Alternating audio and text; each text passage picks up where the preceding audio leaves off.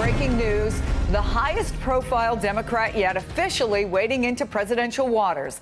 In just the last half hour, Senator Elizabeth Warren announced the launch of a 2020 Presidential Exploratory Committee. The Democrat from Massachusetts releasing a 4.5-minute biographical video ending on this note. Watch.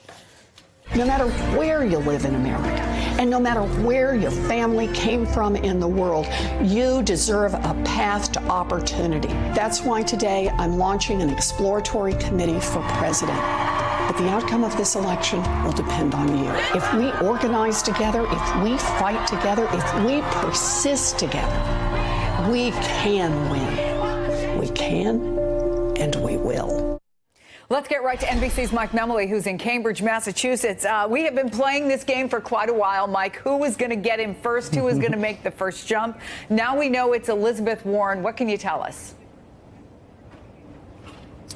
Yeah, that's right, Chris. Well, with all due respect to John Delaney and Julian Castro, who have already taken more formal steps into this race, what Elizabeth Warren has done here on this last day of 2018 is fire the starting gun for 2020. It's not a surprise, of course, that she is announcing today her exploratory committee. We've expected this for some time. But what she says in her announcement video is the American middle class is under attack, that political corruption is poisoning our democracy. And in an email to supporters, she says that the American people deserve a debate about how to restore the middle class and who best to lead that debate.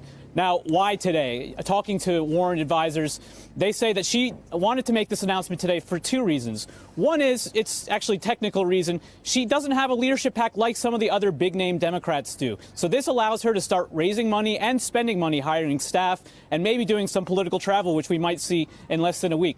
The other point that they want to the message they want to send is that Warren is really going to run her own campaign on her own terms. They're not making decisions based on what anybody else is doing. They're going to stick to their playbook and run the kind of campaign that they want to do.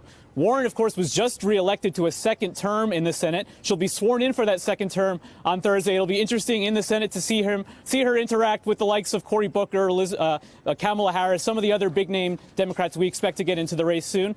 We also expect where else she'll be heading to some of those early states in the weeks ahead, depending on what happens with the shutdown there in Washington. Chris? Mike Memoli, where it's cold in Cambridge. Thank you so much. Hey there, I'm Chris Hayes from MSNBC. Thanks for watching MSNBC on YouTube. If you want to keep up to date with the videos we're putting out, you can click subscribe just below me or click over on this list to see lots of other great videos.